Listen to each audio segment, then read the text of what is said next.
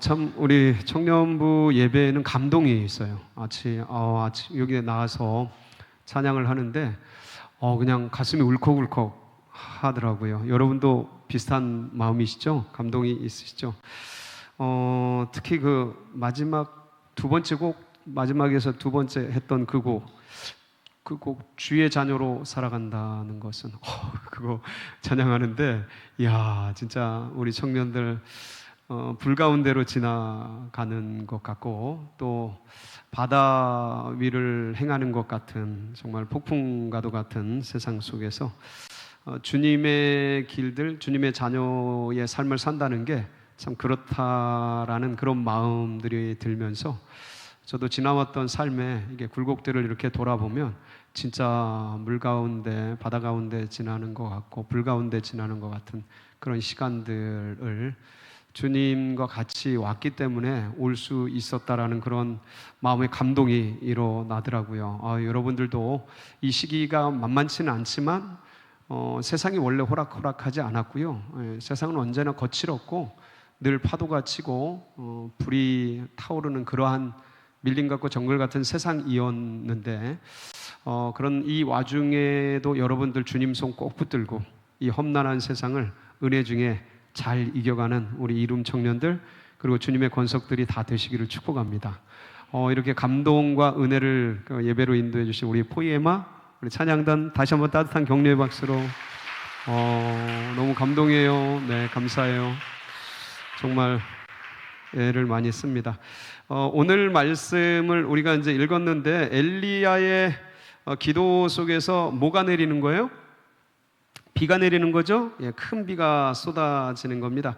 자, 여러분, 중동에서 이게 사막 기후잖아요. 큰 비가 내린다라는 게 어떤 사건이 되고 기사가 됐다라면, 그 전에는 비가 안 왔다라는 걸 전제하겠죠. 비가 내리지 않았다. 비가 내리지 않는 기후를 뭐라 그래요? 보통 가뭄이라고 하지 않습니까? 그러니까 큰 비가 내리고 비가 쏟아지는 걸 사모한다라는 것은 전제가 뭐냐면 비가 안 왔다라는 거예요. 그것도 그냥 이렇게 3일, 4일 안 오고 그렇게 만 게 아니고 오랜 시간 비가 오지 않는 그런 상황, 그걸 가뭄이라고 하거든요.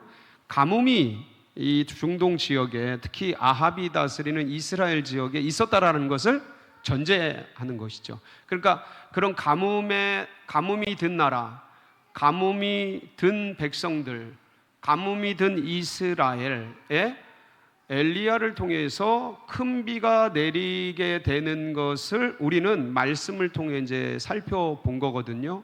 그렇다면 이게 2700~800년 전, 주님 오시기 한 700년, 800년 전 있었던 엘리야 시대에 있었던 일이지 않습니까? 그러면 이것을 우리 시대로 환원을 한다면 하늘에서 은혜의 비, 단비가 우리 삶 속에, 우리 셀 가운데, 아니면 우리 가정 가운데, 아니면 우리가 머물러 있는 공동체 가운데 단비가 내리는 것에 대한 사모함을 여러분들 가운데, 여러분 삶 가운데 큰 은혜의 단비가 내리시기를 축복합니다.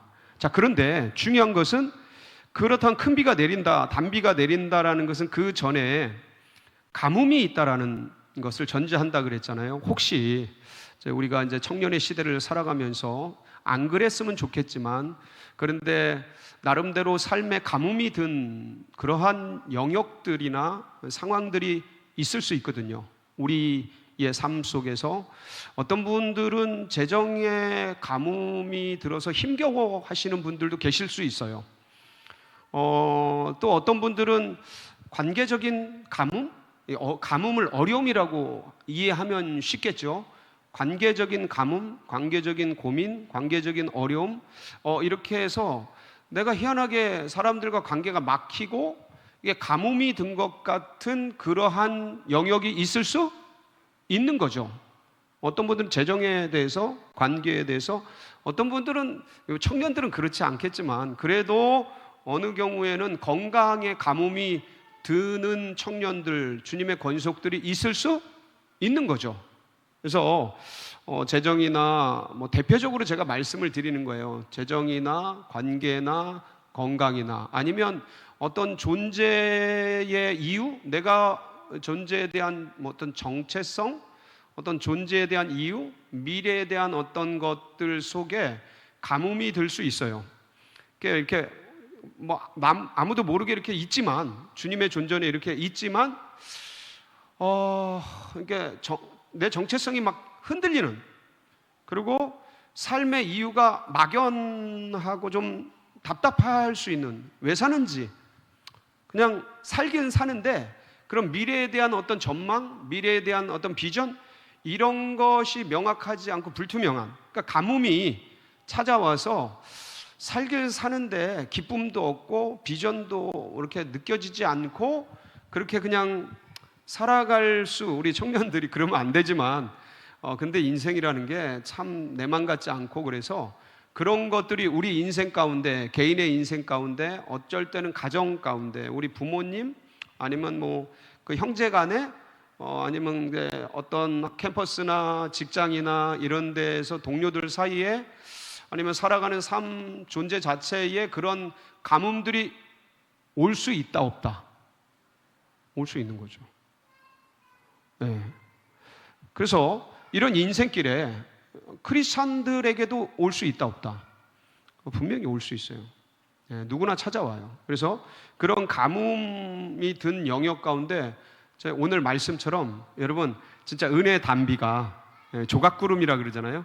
근데 그 큰 비를 품은 조각구름인데, 이런 큰 비, 은혜의 소낙비가 여러분들 관계와 재정과 또 건강과 여러 가지 존재와 미래와 여러분들이 하고 있는 그런 일들 속에 은혜의 단비가 쏟아지시기를 축복합니다.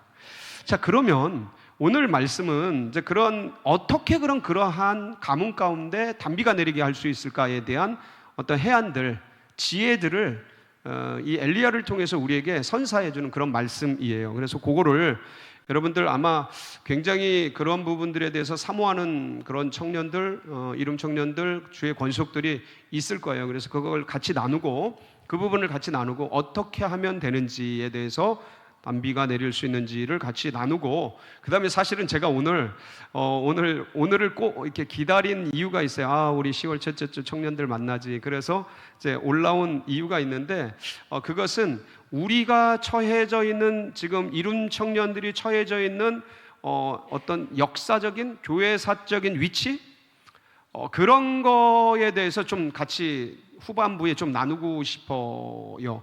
그러니까 조각구름을 어떻게 띄울 수 있는지, 단비가 어떻게 내리는지를 나누고, 그 다음에 우리 이룸 청년부가 지금 처해 있는 어떤 교회 내지는 교회사에, 우리 서울제일교회 사에, 그 다음에 하나님 나라의 어떤 위치, 어떤 긴박성, 그래서 지금 우리가 무엇을 해야 되는지에 대해서 잠깐 같이 나누고, 여러분들의 협조와 또 기도를 요청드리려고 이 자리에 섰습니다. 그리고 오늘은 우리 헌금성은 시온 찬양대에서 같이 준비를 해주셨어요. 그래서 너무 기대가 되고, 여러분 참 하나님께서 우리 청년들에게 더 큰 은혜로 함께 하실 줄 믿습니다.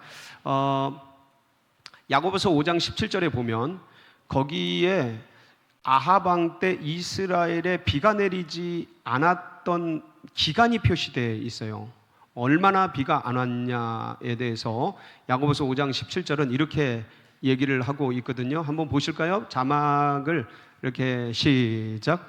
엘리야는 우리와 성정이 같은 사람이로되 그가 비가 오지 않기를 간절히 기도한즉 3년 6개월 동안 땅에 비가 오지 아니요. 몇 년간요? 자, 여러분, 우리나라에서 3년 비가 안 와도 굉장히 힘들어요. 근데 우리나라는 그러니까 산이 70%잖아. 70%, 80%이잖아. 그러니까 이 산이 많다라는 것은 산에 골짜기도 있고 물을 품는다는 거예요. 그래서 아무리 비가 안 와도, 몇 년 안 와도 땅을 파면 지하수가 나와요. 근데 여긴 이스라엘은요, 사막이잖아요. 사막은 물이 그냥 다 흘러가 버려요. 고여있질 않아. 지하수가 없어요. 지하수 개념이 잘 없어요. 특별한 곳 외에는, 그러니까 1년 만약에 한 해 그 사막 기후에서 이른 비와 늦은 비, 그 봄에 가을에 우리나라 뭐 장마처럼 비가 조금 우기에 조금씩 오는데, 그거를 한 해 동안 안 오면 어떻게 돼요? 짐승들이 죽어나가는 거예요. 예, 되게 힘들어져요. 근데 2년 안 오고 3년 안 와, 3년 6개월을 안 와, 그러면 어떻게 돼요? 이게 이때 이제 성경을 여러분이 열왕기상 18장을 쭉 17장, 18장, 19장 이렇게 쭉 읽어보면 아합 왕가의 왕궁에도 물이 없어서 짐승들이 죽어가요. 왕궁에도 물이 없어서. 그러니까 일반 서민들은 말할 것도 없죠. 그러니까 3년 6개월간 비가 안 온다라는 건 어마어마한 거야. 혹시 여러분 3년 6개월간 그 어떤 영역에 비가 오지 않는 영역이 있다면 여러분들 한번 오늘 말씀을 한번 잘 이렇게 귀담아 들어보시기 바래요. 그래서 이 3년 6개월 동안 비가 안 오는데 주님께서 이제 엘리야에게 내가 이제 비를 주겠다 약속을 하십니다. 그게 열왕기상 18장 1절이에요. 거기 보면 하나님께서 엘리야에게 말씀하셔요. 시작. 지나고 제3년에 여호와의 말씀이 엘리야에게 임하여 이르시되 너는 가서 아합에게 보이라.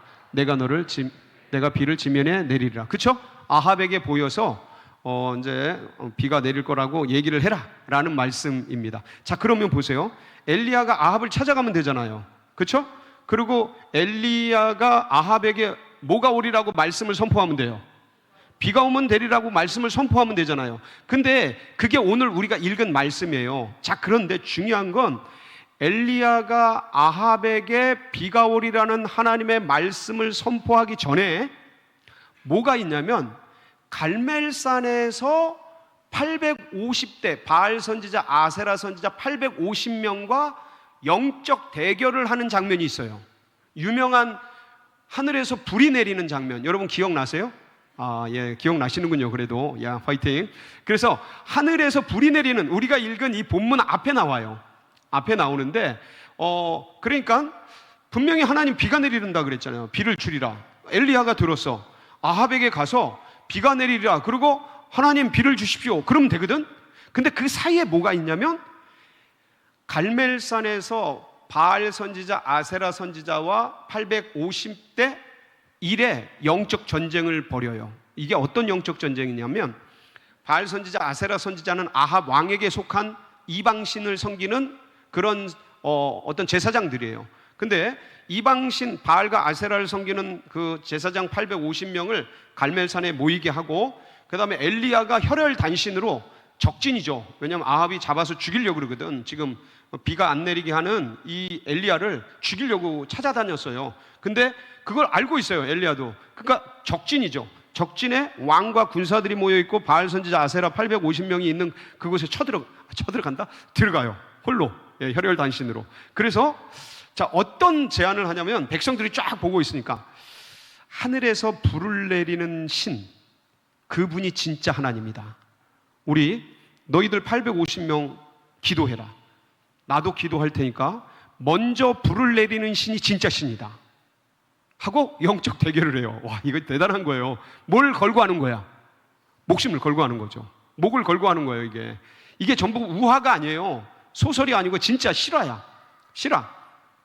그래서 들어가서 이제 바알 선지자, 아세라 선지자가 먼저 막 기도를 합니다. 막 몸에 막 칼을 긋고 막 피가 쏟아지고 막 저녁나절까지, 아침부터 저녁나절까지 바알 개골 하는데 불이 내려요, 안 내려요? 안 내려.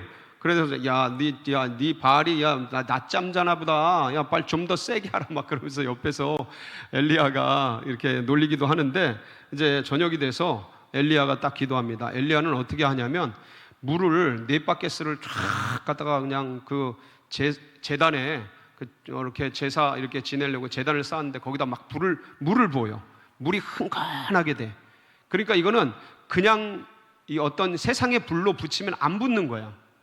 그러니까 엘리야는 하나님의 불이 임해서 이걸 태울 거에 대한 그런 확신을 갖고 쫙 기도를 합니다. 만군의 여호와여, 하늘에서 불을 내려주소서. 그래서 하나님이 살아계신 것을 이 만백성에게 알게 하옵소서. 그러면서 불을 내려주시옵소서 하고 기도해요. 어떻게 됐을까? 하늘에서 불이 내려서 그 어떤 제단에 있는 것들 싹 태워버려요. 물이 젖은 걸 싹 태워버려. 그러니까 난리가 난 거야. 주위의 백성들이 여호와여, 하나님이여. 여호와와 바알 사이에서 왔다 갔다 하던 이 이스라엘 백성들이 불을 내리는 신이 참신인 여호와 하나님이신 줄 알고 막 그 앞에서 벌벌벌 떨어요. 그때 엘리야가 어떻게 얘기를 하냐면 이 바알 선지자, 아세라 선지자 전부 잡아라. 이 우상들이잖아요. 잡아가지고 기손 시냇가로 가가지고 전부 어떻게 해요? 죽여버려요. 없애버립니다. 그래가지고 이 바알 선지자, 아세라 선지자를 전부 처단을 해요. 그러고 나서 오늘 말씀이 진행되는 거예요. 그러고 나서 오늘 말씀이 진행되는 거예요. 그러니까 자, 여러분들, 제가 좀 아까도 말씀을 드렸어요. 그러면 엘리야는 왜 목숨을 걸고 적진에 들어가서 이 바알 선지자, 아세라 선지자를 상대했는가? 그리고 그 영적 대결을 통해서 승리하고 그들을 쳐 없앴는가? 이게 뭘 의미하느냐? 지금 우리 시대에, 우리 지금 현대 크리스찬들에게 이건 어떤 걸 의미하느냐를 파고드는 게 오늘날의 지혜, 그리스도인들의 지혜고 청년들의 지혜인 거예요. 어떤 걸 의미해요? 비가 내리기 전에 뭘 해결해야 된다. 그러니까 그러고 나서 이제 비가 내리게 되는데, 이 갈멜산의 영적 전쟁은 뭘 의미하냐면, 비가 내리기 전에 가뭄이 든 그 영역 속에서 비가 내리는데, 비가 내리기 전에 이 갈멜산의 이 역사들을 일으킨 것은 뭐냐면, 비가 안 내리게 된, 가뭄이 들게 된 원인을 제거해야 된다는 거예요. 가뭄이 들게 한 원인은 뭐냐면 하나님이 아니라 누굴 숭배한 거예요? 바알과 아세라, 곧 우상을 숭배한 거예요. 자, 이걸 환원시킬게요. 오늘날 우리들에게. 그러니까 우리들의 영역 속에 가뭄이 든 영역이 있다면 왜 들었겠는가요? 그러니까 거기는 우상 내지는 죄악들이 들어왔다라는 거죠. 그러니까 인정하든 안 하든 아무도 몰라요. 우리끼리 얘기야. 우리끼리 얘기인데, 근데 그 가뭄이 든 영역 속에 우상이 들어오고 죄악이 들어왔다라는 것은 우리끼리 얘기하자면 하나님이 원치 않는 일을 했다라는 거죠. 그러니까 하나님 보시기에 하나님이 원하지 않는 마음, 생각, 시간, 공간을 거기다 써버린 거야. 그러면서 비가 내리기를 원하고 있는 거야. 근데 이것을 비가 내리기 전에 우상을 척결한다라는 것은 다른 말로 우리 안에 하나님이 아닌 다른 것이 내 안에 들어와서 자리 잡도록 허용한 것들을 끊어내야 된다는 거죠.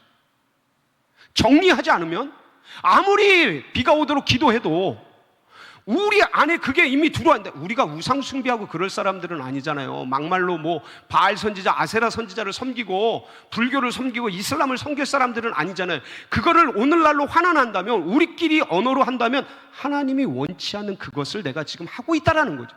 그 영역에 가뭄이 든다라는 거예요. 그렇다면 그 가뭄이 든 영역에 비가 내리기 위해서는 그거를 바알 선지자, 아세라 선지자와 엘리야가 850대 1로 대결을 통해서 우상 숭배를 척결한 것처럼 내 안에서 어떤 결단과 결심을 통해서 그 영역 가운데, 그게 뭔지는 몰라요. 각자 각자지. 여러분 각자 각자야. 다 다르니까 신앙의 어떤 상태도 다르고 환경도 다 다르고. 근데 하나님이 분명히 하나님이 원하지 않는 그것을 내가 했을 때 거기에 가뭄이 든다라는 거지. 겉으로는 이상 없어요. 겉으로는 잘 지내는 것 같아. 아무도 몰라. 너도 모르고 나도 몰라. 근데 서로 우리는 하나님이 원하지 않는 곳으로 가고 있다는 것을 나는 알죠. 내 양심은 알고, 내 신앙 양심은 그걸 알죠. 그래서 그 영역 가운데 우상 숭배를 제거해라. 다른 말로 하나님이 원치 않는 그것을 하는 것을 멈추고 하나님께 회개해라. 하나님께 돌이켜라. 거기가 하나님의 땅인 것으로 선포하고 하나님의 것으로 선포하고 다시 주님 앞에 돌아와라. 이게 첫 번째예요.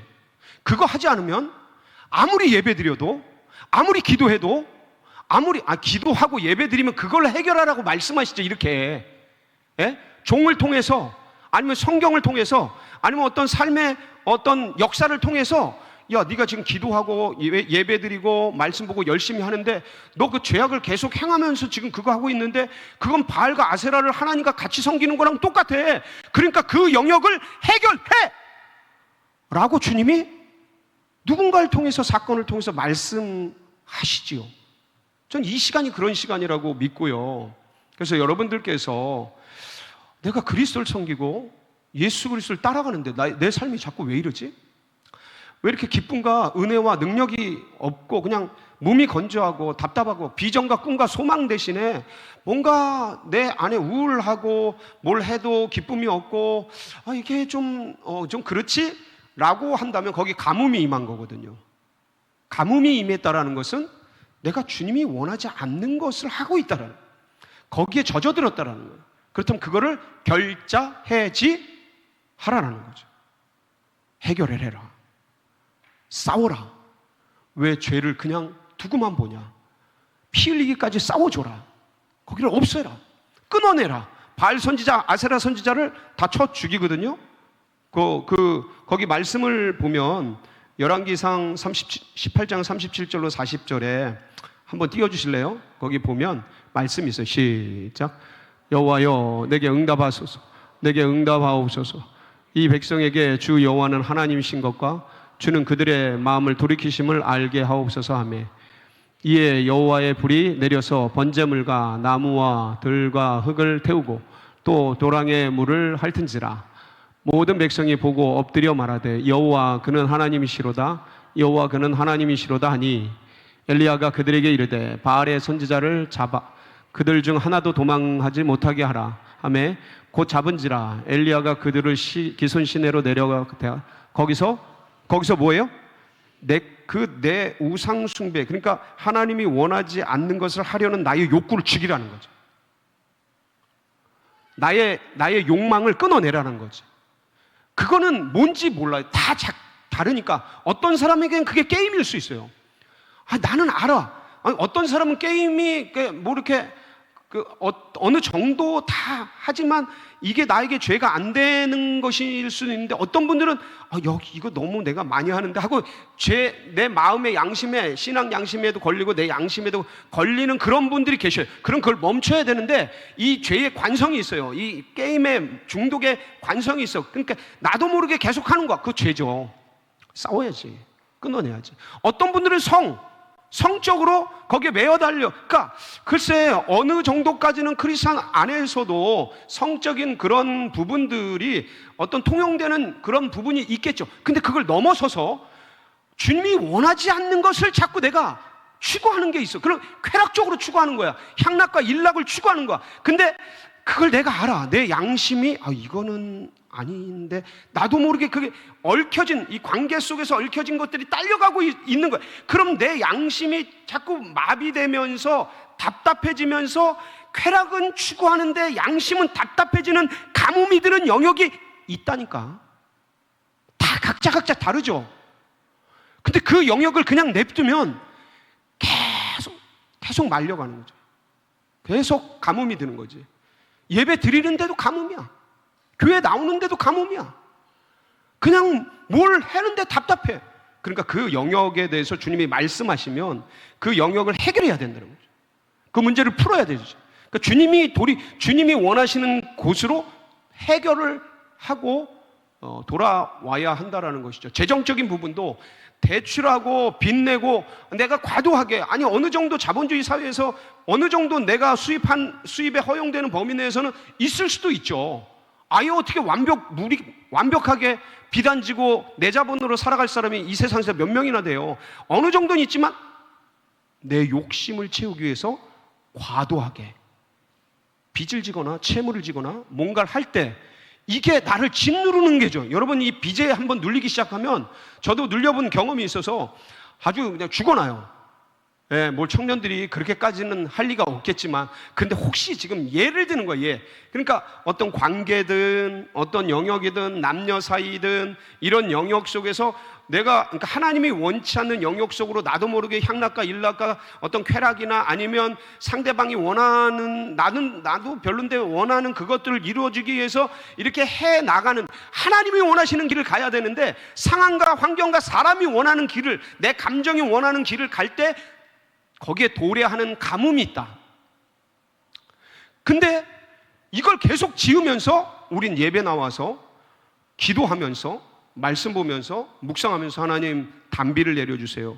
내 삶 속에 은혜의 비를 내려주세요. 이렇게 할 수가 있다라는 거지. 근데 그 전에 이거를 해결해야 한다라는 거죠. 여러분 결단하세요. 이거는 내 신앙을 위해서 주님과 나 사이에 있는 일이야. 아무도 몰라. 어차피 신앙은 주님과 나와의 1대1의 관계야.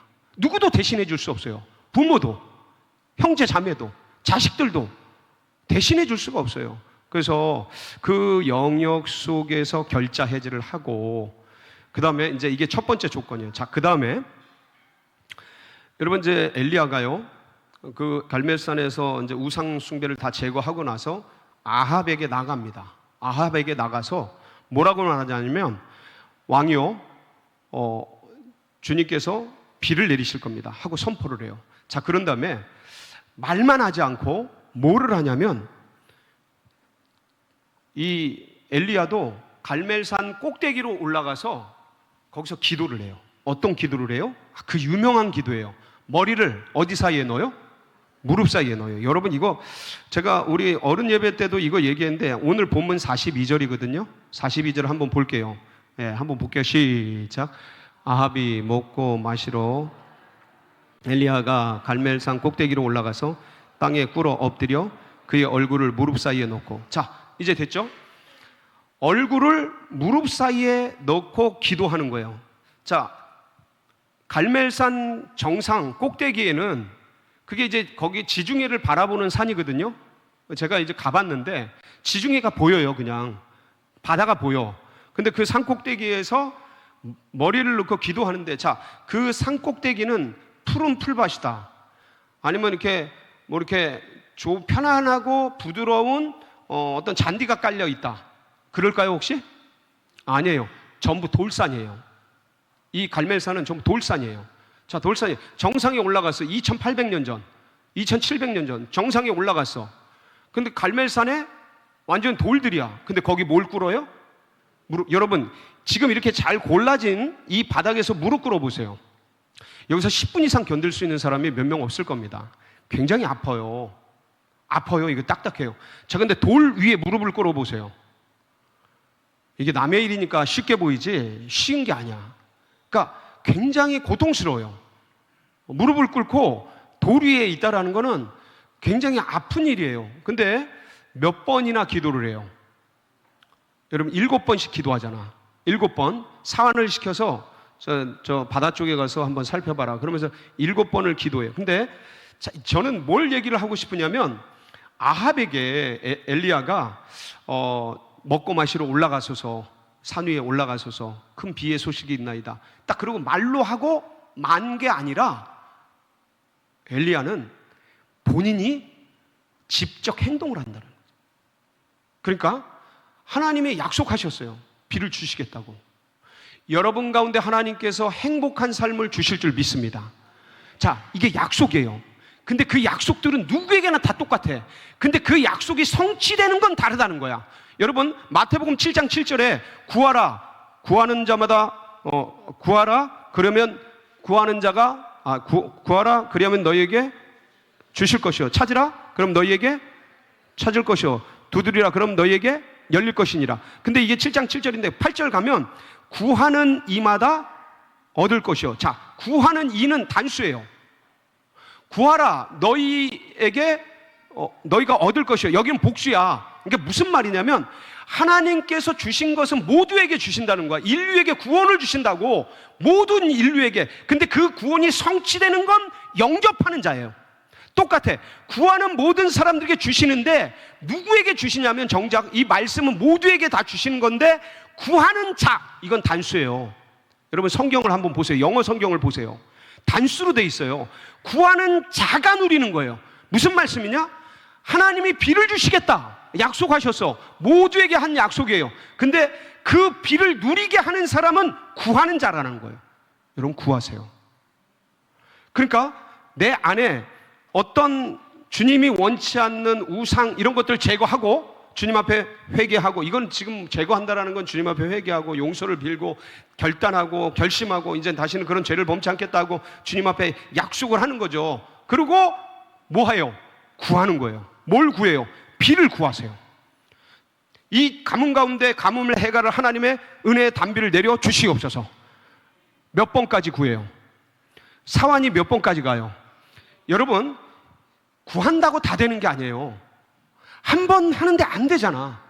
두 번 하는데 안 되잖아. 세 번 하는데 안 되잖아. 네 번 하는데 안 되잖아. 여러분, 약속했는데도 안 될 때가 있다니까.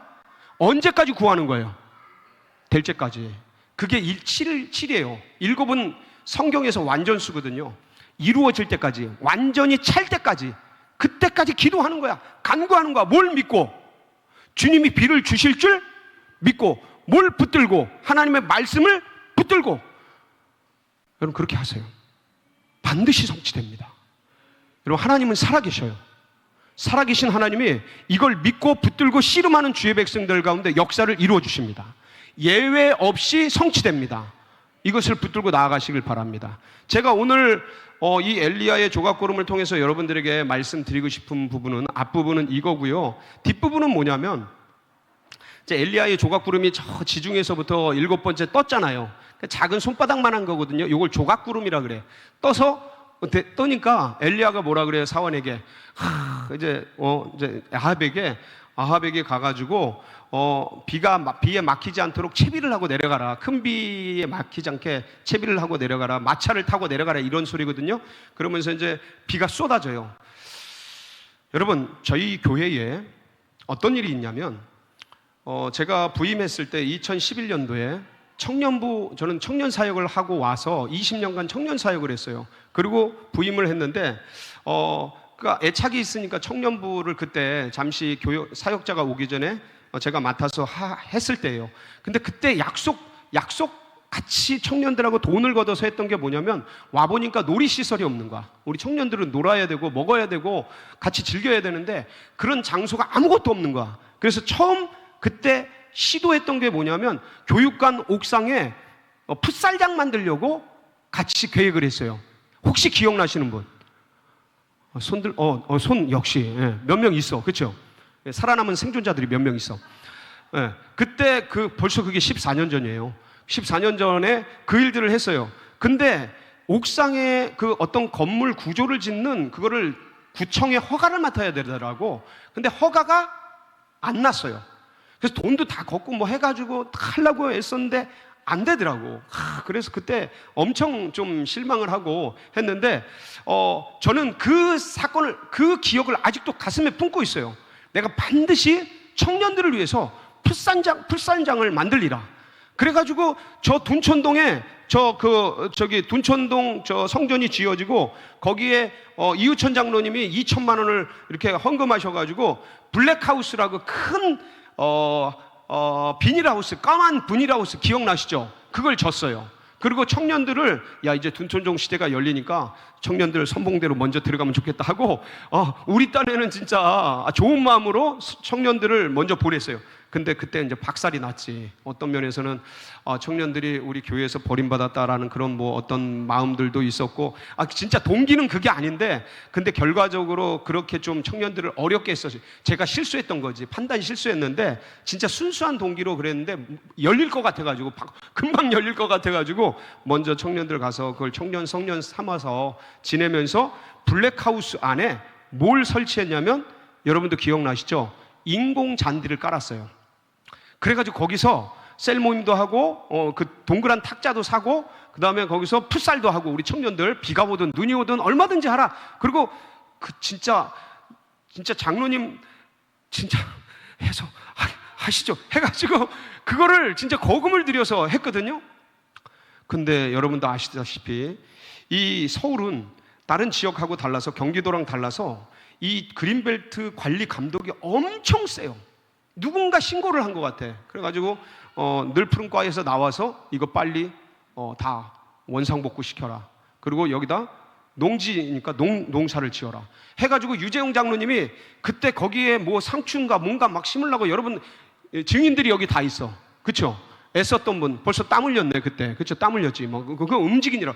아니 근데 블랙하우스에서 상추를 심고 그런들 그게 자라납니까? 근데 어쨌든 그는 그 열정으로, 뭔가를 해보자고 하는 열정으로 잔디 다 걷어내고, 거기서 막 지금도 그 흔적이 있어. 거기 갈아냈던 그 흔적. 근데 그때 청년부 저 멀리 선봉대라고 생각했는데, 멀리 거의 뭐 이렇게 떠나가서 버려진 듯한 느낌이 들었던 그런 느낌 속에서 청년회가 반토막 났어요.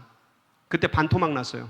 그래가지고 와 이거 안 되겠다 그러고 하여간 2년 뒤인가 다시 이 자리, 지금 이 자리로 돌아오게 된 거예요. 전 그걸, 그리고 잔디 다 걷어내고 그리고 벌금 엄청 맞았어요. 700만 원인가? 벌금 맞고 그랬어요. 그러니까 돈 들어간 건 다 들어갔는데 다 걷어내고 벌금은 벌금대로 맞고 그리고 청년들은 반토막 나고 제가 그거에 대한 가슴에 쓰디쓴 아픔을 아직도 기억하고 있어요. 저 잊지 않고 있어요. 내가 반드시 한다. 우리 청년들을 위해서 먹고 놀고 쉴 수 있는 공간을 어떻게든 마련한다. 근데 여기서는 진짜 힘들어요. 여러분도 아시다시피 주차장도 없어. 여기를 어떻게 해보려고 그래도 손 대는 순간 이거는 진짜 어마어마한 돈이 들어가고, 예, 그래가지고 지금 유재영 장로님도 그렇고 우리는 애들, 청년들은 놀아야 된다. 먹고 마시고 놀아야 된다. 그래야 와서 같이 즐길 때가 있고 머물 때가 있고 차도 마시고 카페도 있고 이래야 되는데 아무 공간도 없는 이 아픔을, 제가 그래도 20년간 청년 사역을 했는데 어떻게 그 기본을 모르겠습니까? 근데 그 시설이 아무것도 없는 이 애타는 심정을 가지고서 뭔가를 해보려고 했는데 다 막힌 거예요. 그동안 다 막혔어요. 그래서 그 한을 지금도, 한은 아니고 그냥 기억을 지금도 가지고 있어요. 가지고 있는데, 자, 중요한 게 뭐냐면 하나님께서 저희 둔촌동 저기 2321평이에요 근데 저기 그린벨트야. 18년 전에 샀어요. 2006년 4월 달에 매입을 했어요. 40억을 원로 목사님하고 장로님들, 당회원들하고 이분들이 교회에도 알리지 않고 성도들 부담 준다고 원로 목사님하고 장로님들하고 같이 40억을 만들어냈어. 원로 목사님 아파트 팔고, 예? 이유천 장로님, 김용태 장로님 10억씩 대출 받아가지고 그 이자까지 해서 한 20억 나갔을 거예요. 제가 알기로는. 그렇게는 안 될지도 모르겠다. 하여간 나머지 장로님이 10억 만들고 해서 40억을 일시금을 주고 저 땅을 샀어요. 18년 전이에요. 그리고 그때 내 때는 이거 건축하지 않는다. 다음 때가 와서 미래 세대를 위해서, 세계 선교를 위해서 여기 성전을 건축할 거다. 이렇게 선포하시고 원로 목사님 은퇴하셨어요. 그리고 제가 온 지 14년 됐어요. 그러니까 4년, 내가 오기 4년 전에 산 거죠. 18년째 됐는데 여러분, 기가 막히게도 다음 달에, 그동안 그린벨트 풀린다 굉장히 말이 많았거든요. 근데 다음 달에 서울시에서, 그러니까 정부를 통해 서울시 안에 있는, 서울시는 그동안 안 풀었어요, 한 번도. 근데 서울시 안에 있는 그린벨트를 푸는 것이 서울시 공개적인 공무원 자료에 떴어요. 그래서 제가 그 자료를 가지고 왔어요. 한번 올려주실래요? 그 자료. 우리 장년부에서는 다 봤는데, 예, 이게 이제 그린벨트 지역을 지금 이번에 풀려고 그 서울시 내에 있는 것들을 전부 이제 올린 거예요. 이게 이제 도시계획 위반 그런 자료에 다 나와 있고요. 그래서 공무원들 거기 보면 자료에 공개적으로 인터넷에 들어가면 여러분들도 다 볼 수가 있어요. 그래서 이게 올라왔는데, 이게 이제 강동구 지역이에요. 강동구 지역이고, 좀 더 이제 표를 한번 보여주세요. 표. 여기 보면, 좀 더 확대를 볼까요? 여기에 강동구가 있는데, 강동구에 잘 보면, 자, 뭐가 있어요? 둔촌동이 있어요. 둔촌동. 어느 지역이냐면, 저 둔촌동이 어디냐면 바로 우리 둔촌동 성전 부지가 있는 곳이에요. 근데 여기가 지금 간북동, 저 1차선 너머에가 이제 간북동인데, 그 지역에 재개발된다는 소문이 지금 파다해요. 파다하고, 그래서 그걸 풀면서 우리 지역까지 푼다는 그런 소문들, 그런 설왕설래들이 굉장히 강력하게 지금 일어나고 있어요. 그러니까 이 둔촌동 땅이 풀릴 거라는 증거가 이 자료와 함께 마지막 그린벨트 푸는 행정 조치가 뭐냐면, 그곳을 토지거래 허가구역으로 묶는 거예요. 근데 우리 땅이 토지거래 허가구역으로 묶였어요. 이게 그냥 나왔어요. 서울시 자료에. 이게 서울시 공고잖아. 서울시 자료에 공고가 됐어요. 그러니까 이건 뭐냐면, 토지거래 허가구역으로 묶는다는 것은 다른 말로 말하면, 이게 그린벨트를 해제한다는 소문이 들면 투기 세력들이 이게 이제 풀리면 몇십 배로 값이 오르니까 투기 세력들이 그 지역으로 막 들어오거든요. 그 땅을 살려고. 그러니까 그걸 막기 위해서 거래를 하려면 허가를 받아라라고 말하는 거예요. 원래 자유롭게 매매하는데 허가를 해야 된다. 이거는 다른 말로 하면 토지 거래 금지 구역으로 묶은 거예요. 여기 지금 토지 거래 안 돼요. 우리 지역이. 자, 그래서 강동구, 강남구, 서초구, 그리고 이렇게 송파구 해서 4개 구역에 쫙 있는데 여기를 다 묶었는데 100% 풀리는 게 아니야. 이 묶은 지역 100% 풀리는 게 아니라 여기서 얼마나 풀릴지는 아무도 몰라요. 그런데 60%에서 70%는 풀린다는 그런 얘기들이 돌고 있어요.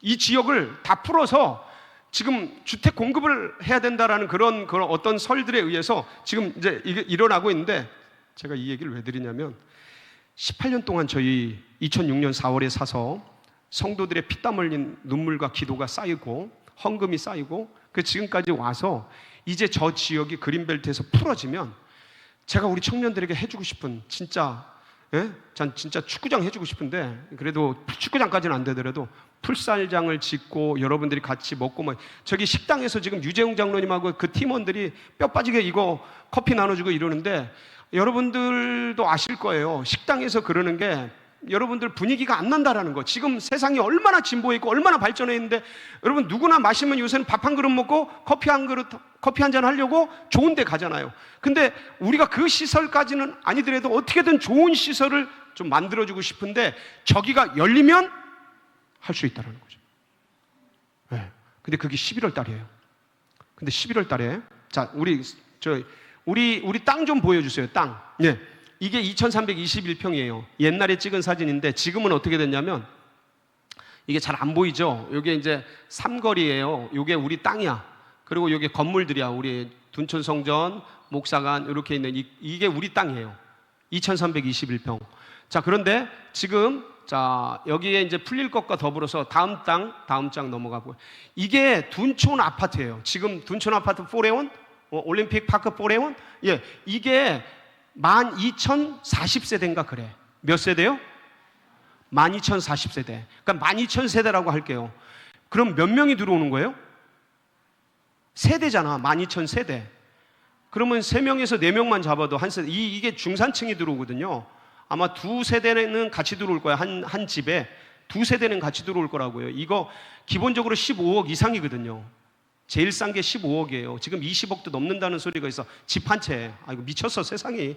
하여간 이게 그런 집들인데 제일 싼 게 그래요. 28평인가 그게 20억이 넘는다. 그러니까 이쪽으로 12,000세대가 들어오는데 여기 청년들이, 여기 학생들이, 여기 장년들이 얼마나 들어오겠어요. 거의 다 완성이 됐거든요. 한번 보실까요? 넘어가 볼까요? 예, 이게 이제 단면도고요. 그다음 쭉 이게 지금 실제 지은 건물들이에요. 지금 저희 집 앞에 저희 이걸 맨날 보거든요. 그다음 여기 보면 이렇게 높아요. 지금 한 층 한 층이 정말. 그다음 이게 끝인가요? 이렇게 지금 지어지고 있어요. 그게 다 져서 언제부터 입주할까요? 다음 달이에요. 11월 달.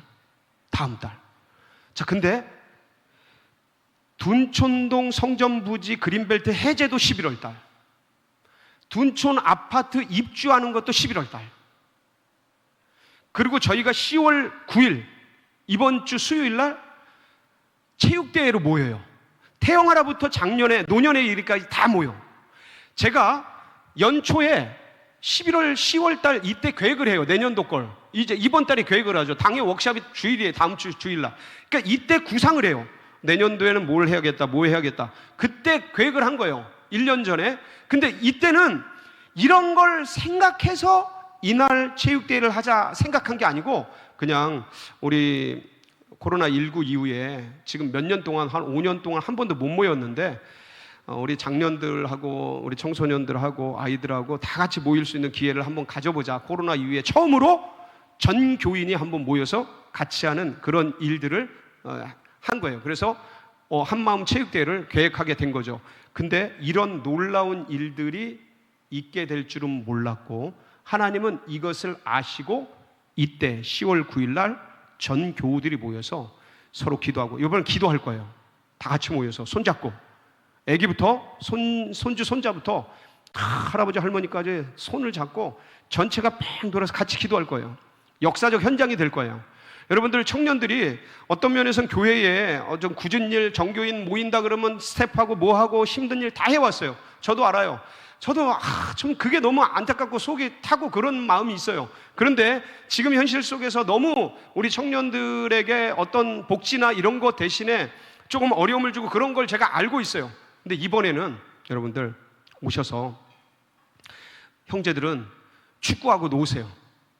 다른 거 하지 말고 축구도 하고 놀이시설도 하고 그다음 도시락도 주고 하니까, 그리고 자매들도 오셔서 애들하고 놀고 같이 잔디밭에서 한번 오래간만에 정교우들이 같이 있는 그런 사이에서 한번 하나님의 역사를 한번 보러 오셔요. 여러분들 저기 밑에 물품 후원 지난주에 텅 비었던 거 기억나세요? 물품 후원 쫙 있잖아요. 90개예요. 90개. 90개가 쫙 있는데 텅 비었잖아요. 지금 내려가면서 한번 보세요. 다 찼어요. 하나 남았어. 하나. 다이슨 청소기 하나 남았어. 70만 원짜리. 그거 빼고 다 됐어요. 한번 내려가면서 보세요. 저 너무 놀랐어요. 예, 그거 하신다고요, 누가? 아니, 뭐라 그러신 거야?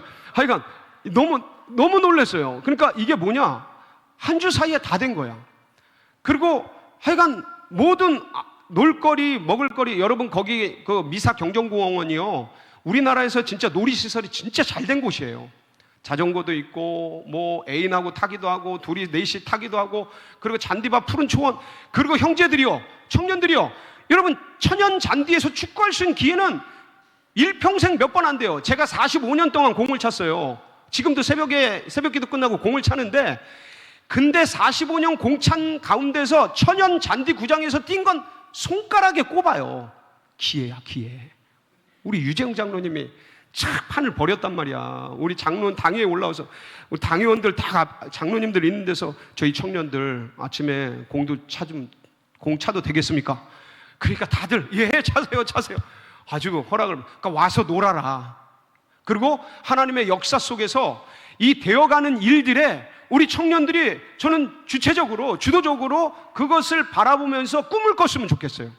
그리고 저는 아직 부족하고 어떤 면에서는 다 할 수는 없지만 하나님께서 우리 서울제일교회를 향해 행하실 놀라운 일들 속에서 전 청년들을 향한 계획도 있다고 믿습니다. 그것이 성취되는 것을 여러분이 증인이 되어라. 그게 역사적 현장에 오셔서 제가 여러분에게 뭘 말씀드리겠어요? 뭐 재밌는 게 있다, 놀러 와라, 가서 와라, 이런 거 갖고 움직일 사람들이 아니라는 걸 너무 잘 알아요. 근데 하나님께서 계획하신 놀라운 일의 현장을 와서 한번 보시라. 후회 안 할 거다. 그리고 여러분은 스텝하라, 뭐 해라, 그런 거 없다. 이번에 각 부서별로 한두 명씩, 뭐 몇 명씩, 이건 좀 섬기는 건 있어요. 큰 행사니까. 근데 여러분에게 이번에는 아무 짐을 지우지 않기로 결정을 했어요. 그러니까 와서 편안하게 먹고 쉬고 그리고 즐기고 그러는 우리 청년들이 되기를 축복합니다. 같이 기도하시겠습니다.